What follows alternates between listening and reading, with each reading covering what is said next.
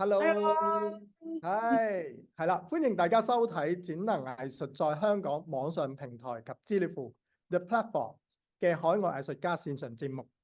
系列。我係黃榮祿，我係一個舞蹈藝術工作者，目前都係畢加索舞踊館嘅創意總監。今日咧好開心可以同嚟自日本嘅 Big Eye 國際上海者交流中心嘅 Suzuki-san 去傾偈嘅。咁喺 Suzuki-san 開始佢嘅分享之前咧，不如我哋嚟欣賞下佢哋嘅計劃片段先啦。よろしくお願いします。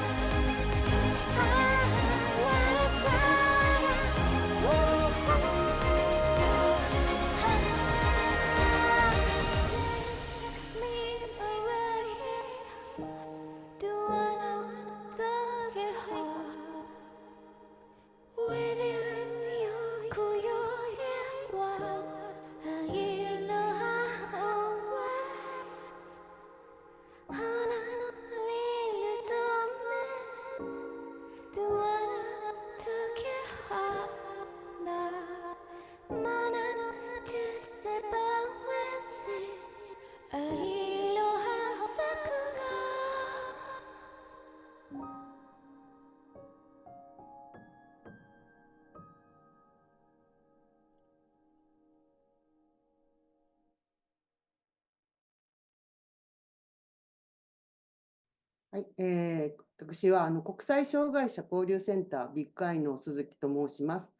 今日は、私たち国際障害者交流センタービッグアイについて、皆さんにお話ししたいと思います。まずはじめに私なんですけれども、国際障害者交流センタービッグアイというところで、障害のある人たちの文化芸術活動に、これまで約20年間携わってきました。今日はそのビッグアイの、事業について皆さんにお話ししたいと思います。まずはじめに国際障害者交流センタービッグアイとはどんなところかということをご説明したいと思います。国際障害者交流センタービッグアイは日本政府によって大阪府堺市に、建てられました。このホールには1500席の客席を持つ劇場と完全バリアフリーの宿泊施設、また同じくバリアフリーの研修室やフリールームが設置されています。この1500席の客席は床の移動が可能になっていて、1500席全席を出すこともできますけれども、前方1階席をフラットにすることで300席の車椅子の方が鑑賞できるホールに劇場になっています。これが、その、ホールを使っている時の様子なんですけれども、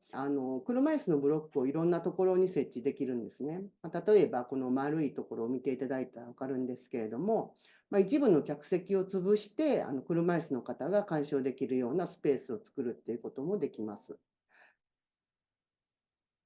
で、また、この施設、ハード面だけではなくて、私たちはいろんなアクセシビリティについての鑑賞支援を、行っています。例えば、私たちが行う事業には、すべて手話通訳がついていたり、字幕があったり、この字幕もですね、スクリーンに出ていたり、タブレットで字幕を見たり、メガネ型での字幕を読めるメガネがあったり、また見えない方には音声によるガイドや、知的発達障害のある方に向けた、日本語難しいんですけど簡単な日本語での字幕を作ったりしています。ビッグアイの、事業についてちょっと具体的に詳しくお話ししたいと思います。ビッグアイは、障害のある方だけではなくて、すべての方たちに、芸術文化の活動や国際交流の機会、また、災害時の障害者への支援活動も行っています。今日は文化芸術っていうことで、文化芸術ではじゃあ具体的にどんなことをしているかっていうことについてお話しさせていきたいと思います。すべての人に対して私たちは芸術文化活動の、例えば鑑賞支援であったり、創作創造活動の支援、また、作品そのものを作ったり、障害者の芸術文化活動の、活動を行いたいって思っておられる、全国の劇場や福祉施設なんかにコーディネート、をしたり、また研修の事業をしたりしています。文化芸術活動の中の創造活動についてご説明したいと思います。一つは、障害のある方の文化芸術活動の中にも、いろんな、なんだろうな、ニーズがあって、今見ていただいている写真は、裾野、広くいろんな方が参加できる、文化芸術活動の、写真です。で、ビッグアイの、が設立したのは2001年なんですけれども、2001年から、ちょうど2024年、今年まで23年間ですね、続けているのが、舞台芸術オープンカレッジという事業です。で、こちらは障害のある方だけではなくて、障害のある方もない方もダンスや演劇を体験できる機会として、23年間続けてまいりました。また、このオープンカレッジでは、ビッグアイの中だけではなくて、アウトリーチしていくっていう事業も行っています。右下にある、障害のある方たちと一緒にダンスをしている写真なんですけども、こちらは、特別支援学校に私たちビッグアイのメンバーと、ダンサーたちと一緒にダンスの交流のワークショップをした様子です。でこういった裾の体験してみたい、ダンスを体験してみたい、表現してみたいっていう人たちから、今度は高みを目指すっていうか、クオリティの高い、ダンスや演劇を体験してみたいっていう人たちに向けた事業も同時に行っています。その一つ、代表的なものが、ダンスドラマブレイクスルージャーニーっていう事業です。今日はもうこの、あまり時間もないので、この、高みを目指すブレイクスルージャーニーについて少しご説明したいと思います。ダンスドラマブレイクスルージャーニーは、香港の皆さん方とも一緒に創作した、事業なんですけれども、具体的にじゃあこの、ダンスドラマブレイクスルージャーニー、どんな文化芸術活動かっていうことを説明させていただきます。ダンスドラマブレイクスルージャーニーは、日本で、プロとして、第一線で活躍する、ダズルというダンスカンパニーと、国内7地域、海外4地域、全部の11地域で、95人のパフォーマーが、参加しているダンス劇です。ここにはプロのダンサーもいますし、障害のあるダンサーも、混じってですね、作品を作っています。95人のうち26人は障害のあるダンサーたちです。でこの、ダズルっていうダンスカンパニーの中の長谷川達也さんが、総合演出して、アジアの、いろんな地域の、アジアのいろんな地域の、文化や芸術を、フューチャーした、ダンス劇になっています。で、写真の方は、2022年にシンガポールの方と、マレーシアの方も参加、コロナ禍でできなかったんですけれども、参加していただいて、東京で、公演した、様子です。で、具体的にちょっと人数の方をこちらで、お話ししたいんですけども、日本7地域からは、ダンサーのキャストとして76人、うち18人が障害のある方、シンガポールからは6名、うち2人は障害者、マレーシアからは6名、1名の方が障害のある方。香港と台湾の方々に関しましては、コロナの影響で来日していただくことができなかったので、現地で、作品を作っていただき、映像での参加をしていただきました。香港からは4名、2名の、障害のある方が、参加されています。台湾からは3名、3名皆さん、障害のある方々でした。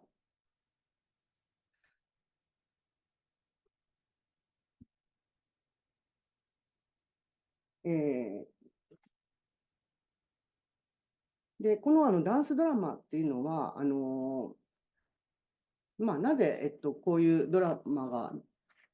作るきっかけになったかっていうのは、国際障害者交流センターっていうところは、完全バリアフリーの施設を持っているっていうことと、これまで20数年間、障害のある方たちと、共に活動を続けてきたっていうノウハウ、また海外とのネットワーク、国内のネットワークを有効的に使って、多様な人と文化が共生できる世界を舞台の上で実現することによって、それを世界に発信していきたい。またビッグアイが文化芸術の国際的な拠点になることを目指してこの企画が生まれました。で、具体的なこのプロジェクトの、ミッションというか、コンセプトは、多様な人と文化が、共生できるっていうことと、また国際交流、国際協力があったり、それぞれ、参加している地域の、芸術文化の振興、また、地域が活性化していくことにつながっていくっていうことと、あと日本の文化を世界に発信していこうということが、具体的なコンセプトとしてこのプロジェクトに挙げられています。で、このドラマがどういうふうに作られているかっていうのを、これ図で説明させていただくと、11の地域がそれぞれの地域で、作品を作って、それが日本でパズルのように組み合わさることによって、一つの物語、作品としてつながるっていうふうな仕組みでつながって、制作されています。ですから、バラバラに11箇所で作ったものが最後は一つのストーリーとなって舞台にして一つになるっていう、そういった工夫をしたダンス劇です。これがいろんな地域で練習している風景なんですけど、この写真は日本の国内だけですけれども、北は青森、東京、大阪、高知、島根、広島、沖縄の7カ所で、こういった、各地での練習をしてきました。で、この、ブレイクスルージャーニーの、効果というか、事業をやった成果を、具体的に、お話しするよりも、今日はこの、作品を通じて、一人の少女を通して成果を皆さんにお伝えできたらなと思います。で、梶本瑞希っていう、このドラマの主役をやった、重度の聴覚障害のダンサーがいます。で、彼女は、9歳からですね、先に説明させていただいた、ダンスを体験するとか楽しむとかいう、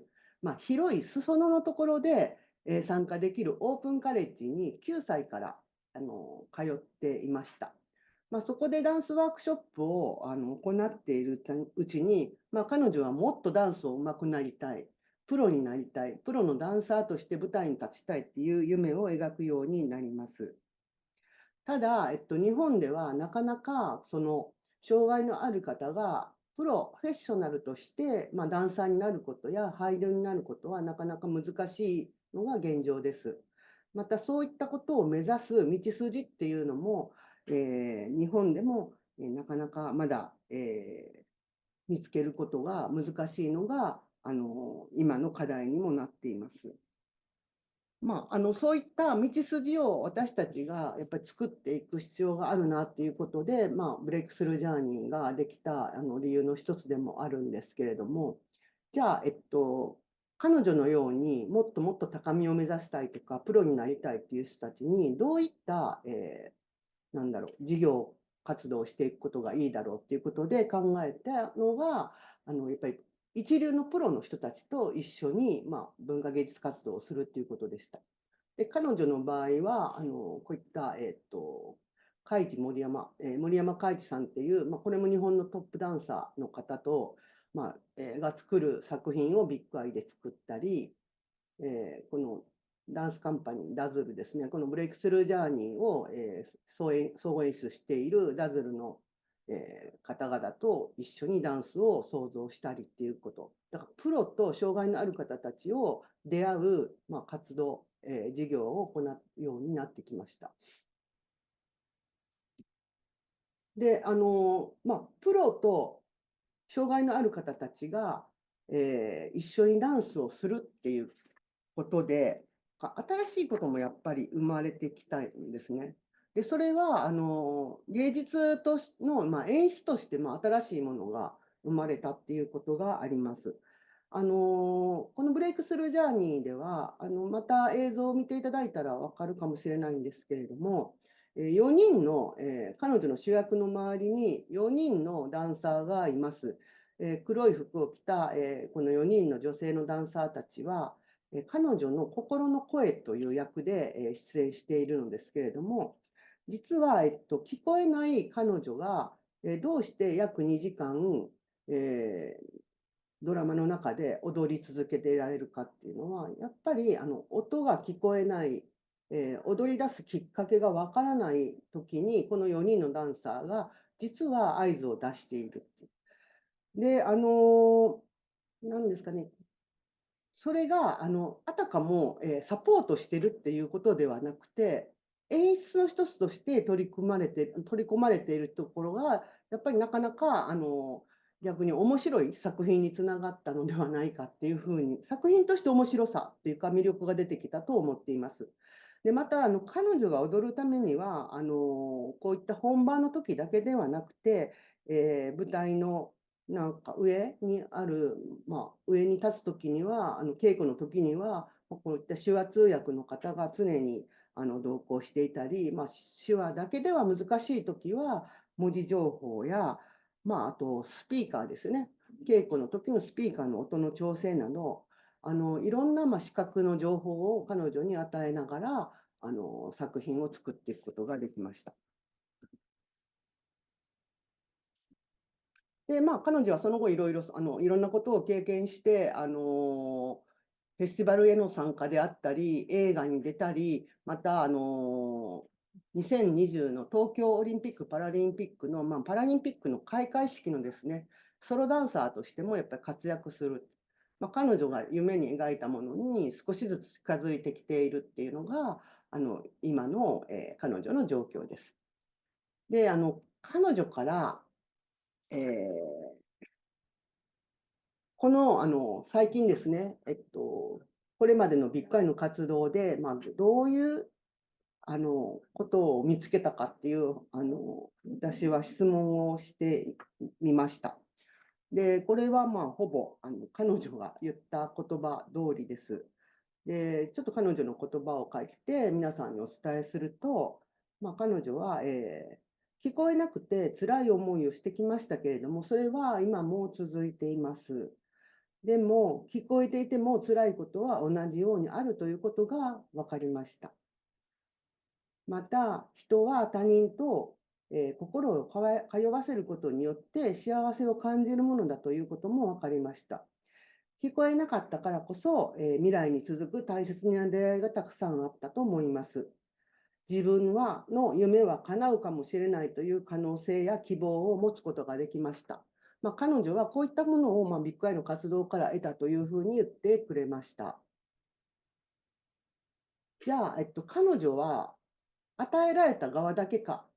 与えてもらった人だけなのかって考えたときに、彼女が私たちや周りに与えたものはいっぱいやっぱりあるっていうことを私は思います。彼女が私たちに与えてくれたものっていうのは、例えば障害のあるダンサーや俳優たちが、彼女のようになりたいとか、自分たちもできるかもしれないっていう、可能性や希望を見つけることができたということ。また、彼女の家族や友人たち、周りの人たちが喜びや、幸福感を感じたっていうこと。また、私たちのような、彼女をサポートする側が、彼女の成長を見たり、彼女の成功していく姿を見ることで、自分たちの達成感や自己肯定感につながったということ。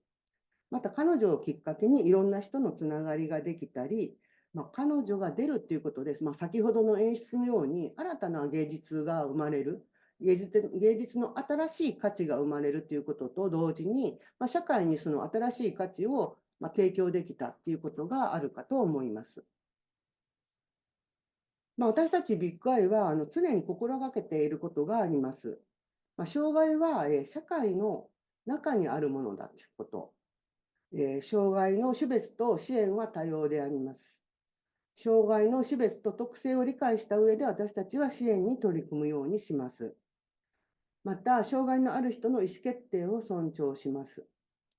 そして、障害のある人の尊厳と権利を守りながら事業活動をしていこうと思います。日本では最近ですね、こういった障害のある方の文化芸術活動に関する法律ができたり、東京オリンピック・パラリンピックや大阪・関西万博などのまた後押しもあって、障害者の文化芸術関係に関しては、かなりやっぱり普及や推進をしてきたと思います。ただ、こういった法律や、いろんな、イベント、国際的なイベントがあるから、社会が変わっていくのだけではなくて、本当に大事なものは、私たち一人一人の理解や、意識の向上、他者に寄り添うっていう、想像する力が、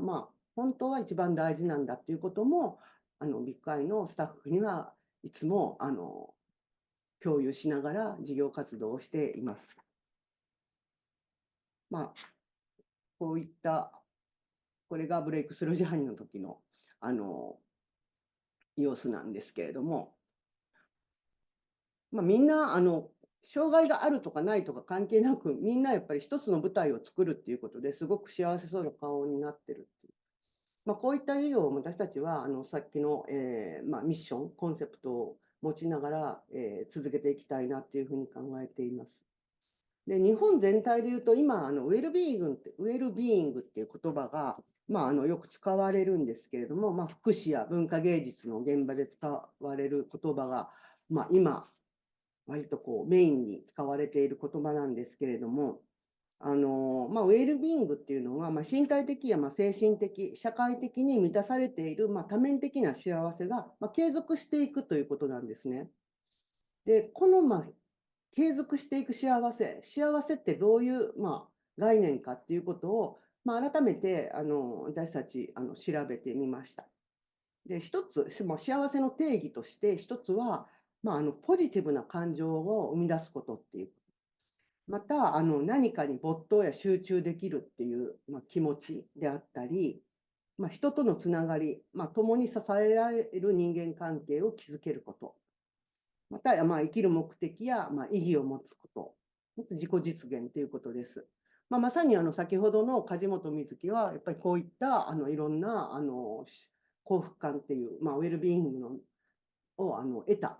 一人だと私は考えます。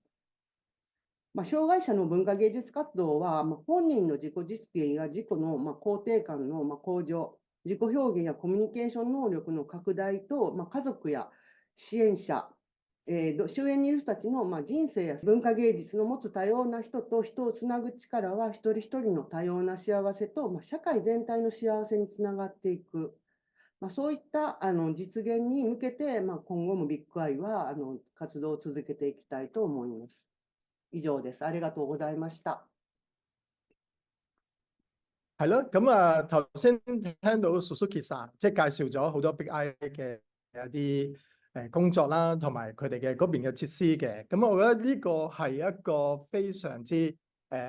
即係震驚嘅，因為我覺得即係日本嘅政府投放咁多嘅資源落去，我覺得即係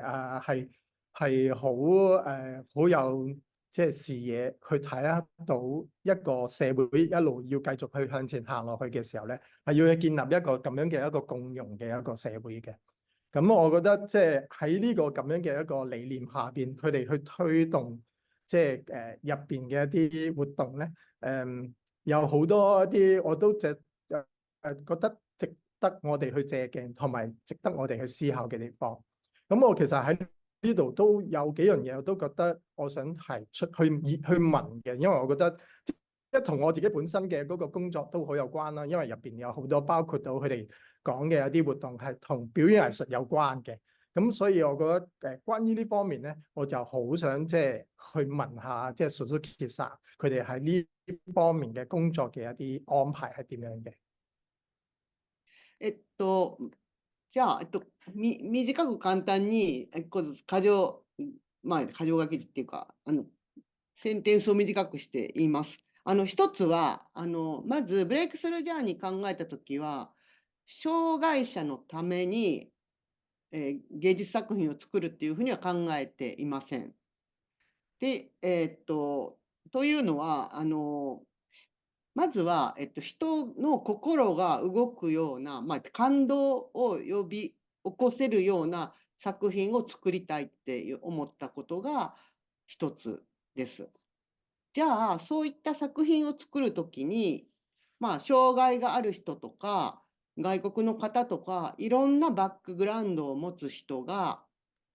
この作品を一緒に作るときに、一緒に作れる環境はどんな環境だろうって考えて、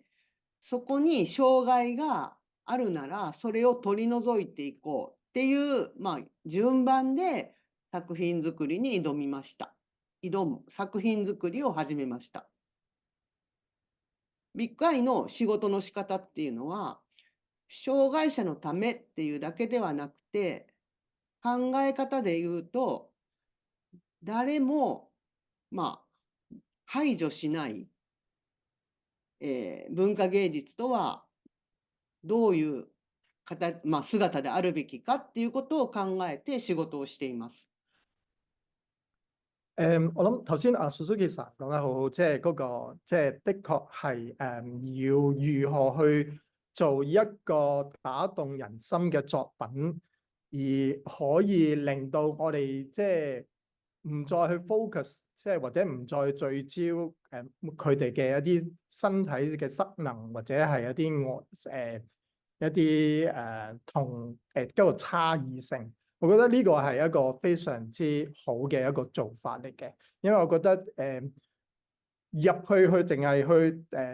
去鑽研或者去探討嗰個作品嘅時候咧，佢往往就會係可以超越我哋每個人對一種身體局限嘅一種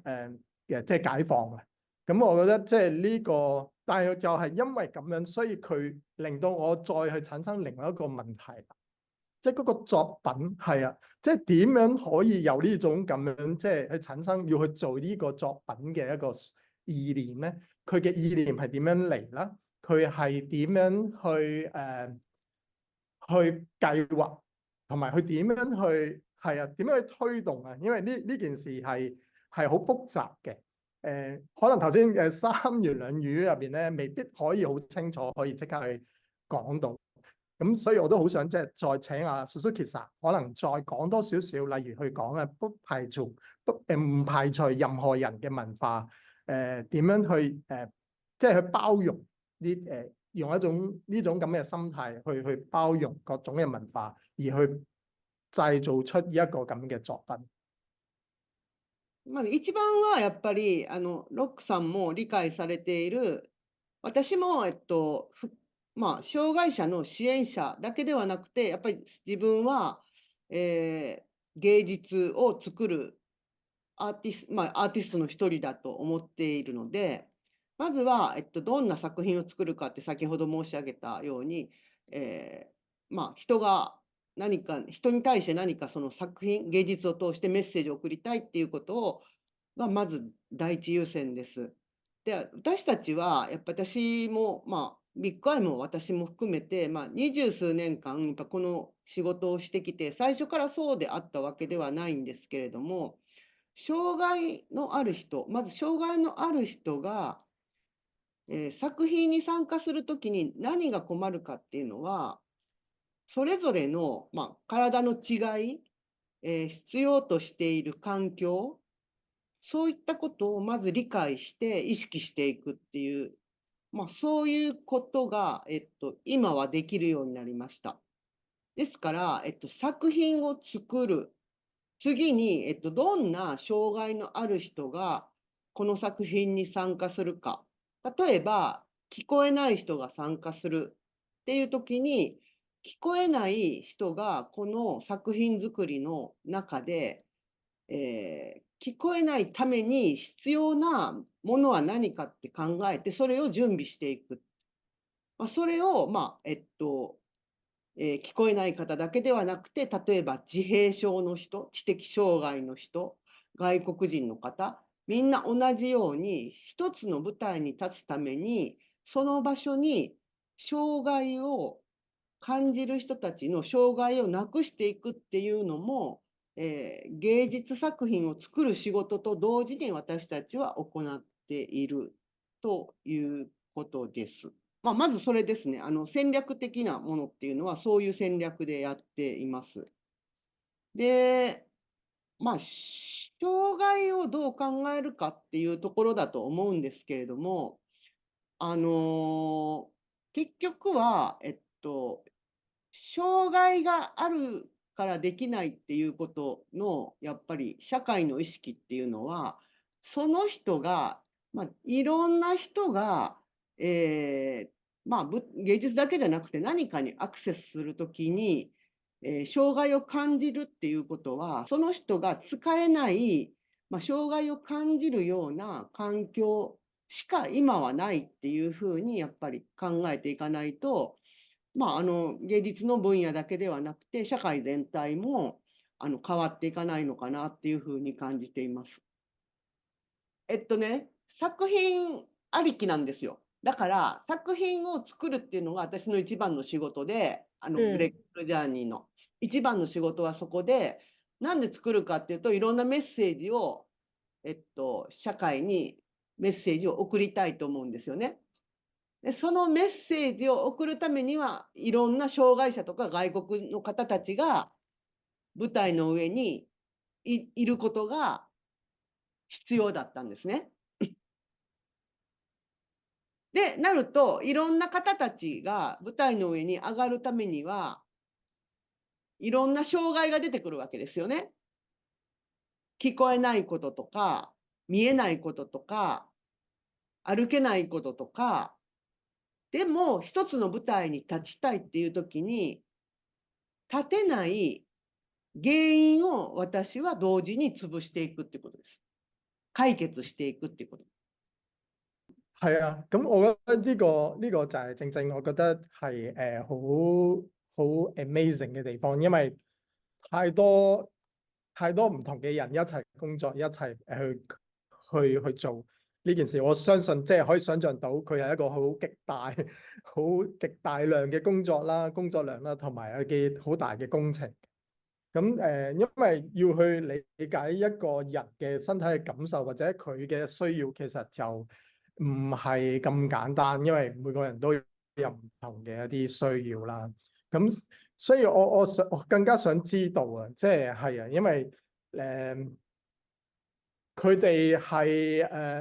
係透過一啲經驗去累積，即係解決佢嘅問題係解決緊嘅係一種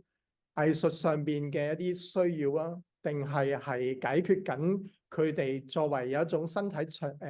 啲障礙上邊，而去點樣去令到佢哋有返信心去同人哋一齊工作，即係呢個過程，佢哋係點樣點樣去處理㗎？即係或者係。私は2001年にビッグアイオープンした時から、こ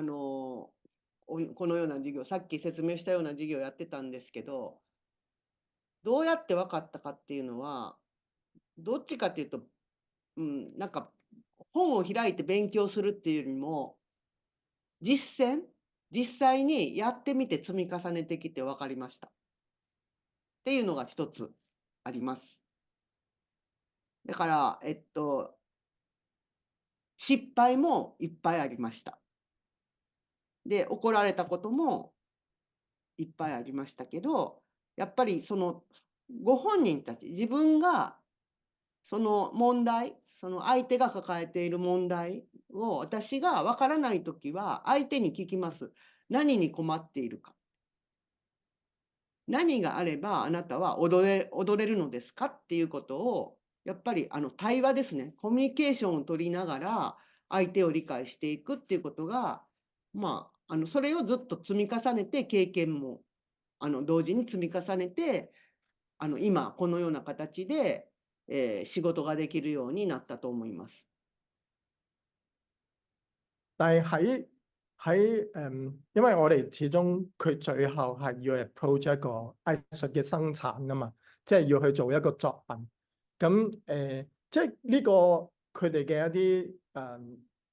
個人嘅需要或者個人嘅問題，佢係咪都係係即係指緊即係講緊喺即係做呢個藝術嘅創作嘅過程入邊，佢哋係遇到呢啲咁樣嘅困難。而呢啲咁樣嘅困難，佢哋喺藝術上邊，佢哋係會有冇揾到一啲方法去處理咁樣咧？もちろん同じです。一つは、私は、演出家でも振付家でもないんですけれども、演出、芸術上の問題っていうのは、きっと演出家とか振付家が答えを持っていると思うんですね。で、やっぱりそこも私はコミュニケーションだと思っていて、ただ、そういうプロの演出家や芸術家というかアーティストが全て障害者のことを理解しているわけでもないので、コミュニケーションの中で、その、演出家や振付家がコミュニケーションす障害者とコミュニケーションする中で、困った時に、私が、ある種通訳というか、間の中に入って、コミュニケーションのサポートをしていくっていうこともあります。係啊，我覺得即係都講到一個好重要嘅一個重點啦，就係翻譯作為一個無論其實我覺得就係可能講緊頭先我想問嘅嗰個係一種方法，即係有冇一種去翻譯嘅方法？即係有時候我哋都係要將某一種嘅意念，即係去分享俾其他人，或者請俾其他人幫你執行嘅時候，佢係一個係需要一個翻譯嘅一個翻譯機或者翻譯嘅一個過程嘅。咁係咯，頭先Suzuki san即係咯，即係有一個即係呢樣嘢提醒我哋係好緊要嘅。咁我係咯，即係會再去諗到一個最後，我好想問嘅一個問題啊，係啊，因為我始終都唔係 focus 係做嗰個殘疾人士啦，咁所以我自己都有時候都會去思考啊，係咯，咩叫殘疾或者殘障呢個咁樣？咁呢個概念，因為我諗其實一路都喺度轉變緊，因為可能自己由年紀大啦，即係開始自己身體越好多能力都冇咗啊，係啊，例如我嘅手已經開始冇辦法舉得好直啦，即係呢啲咁樣嘅身體退化或者係身體都發生一啲病有一種疾病咁樣嘅情況，影響到個身體嘅能力。其實我都喺度諗緊，其實我係咪都算係一種有少少嘅即係叫做 disable 咧？我會諗呢樣嘢。咁所以我覺得我就係好想係啦請教或者請阿 Suzuki san去講呢個概念關於 disable 呢個概念，因為佢哋做咗咁多年啦，即係一個咁樣嘅一個受到政府資助嘅一個機構，佢哋去做呢個咁樣嘅工作，或者去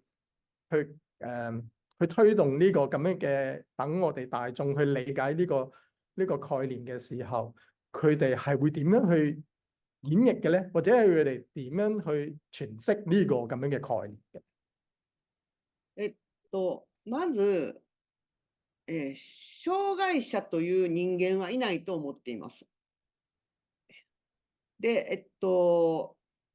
れは、ディザビルドか、パーソンイズディザビリティの違いだと思っていて、障害を、社会、生きていく中で、障害を感じる人っていうのが私にとって障害のある人です。だから、高齢者でも子供でも LGBTQ でも、もしかしたら何にもない人でも、生きていく、日常の中で生きていくことに辛いっていう、ことを感じたり、できないこと、やれないこと、環境さえ整えればできることができない人たちが、障害者ではなくて、障害のある人。だから、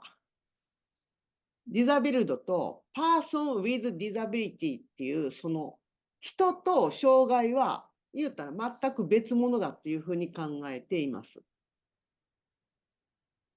だから、障害者っていう人間はいない。私たちと同じ人間。ただ、生きていく上で何がしかの障害を感じる人たちがこの世の中にはいる。それは、お年寄りもそうかもしれないし、もしかしたら、私が今、広東語わからなくて、言葉がわからないってことも障害です。生活していく中で、障害がいろいろ見つかってくるわけですよ。例えば階段に登れない車椅子の人は、何が障害かっていうと、階段が障害なんです。係啊，Suki 真係講得太好啦，係啊，我覺得即係呢個係一個非常好嘅注解啊，係啊，因為我諗最主要就係到底嗰個社會或者呢個世界其實係點樣建構出嚟，其實呢個就已經好值得我哋去思考，或者可能都係透過因為呢個所謂嘅殘障嘅呢個 issue 啦，咁令到我哋更加睇到其實成個嗰個點樣去定義我哋嘅生活應該係點樣嘅，我哋嘅環境應該點樣嘅，其實呢啲就應該要重新即係令到佢哋去再去諗下，其實係咪俾某一啲嘅即係一種某一種嘅想法去 lead 住我哋去即係去建立呢個咁樣嘅世界咯。咁當然建立一種咁樣嘅世界，就一定會造成某啲人嘅可能未必會適應到，或者未必係會 fit 到所有人。係啊，咁所以我覺得就係要破除呢啲咁樣嘅障礙咧，就係要打開大家即係去呢種咁樣嘅討論咯，關於個殘障嘅討論。係啊，咁好多謝 Suki 生啦，即係做咁多嘅分享同埋去解説我嘅問題啦。咁我希望呢個都係一個好好嘅機會，大家即係可以kick off 去開始去諗下我哋到底仲需要做啲乜嘢啦，或者可以做啲乜嘢嘅。咁我諗呢個係一個好好嘅契機嘅，即係希望呢個係可以打開我哋之後再繼續有呢種咁樣嘅合作同埋討論。多謝晒。はい、私もこういう機会をいただいて、とても良かったと思います。で、さっきも言いました、いずれというか、誰でも障害のある人になる可能性っていっぱいあると思っていますので、これからも、障害者だからとか、そういうことをあまり考えないというか、それぞれお互いが、相手を思いやるというか、そういうことを想像できる、自分も、人間になりたいし、そういったことに気づかされる活動を今後もビッグアイは続けていきたいと思います。また、香港の皆さんと一緒に、こういった、活動を一緒にできる日をまた楽しみにしています。今日はありがとうございました。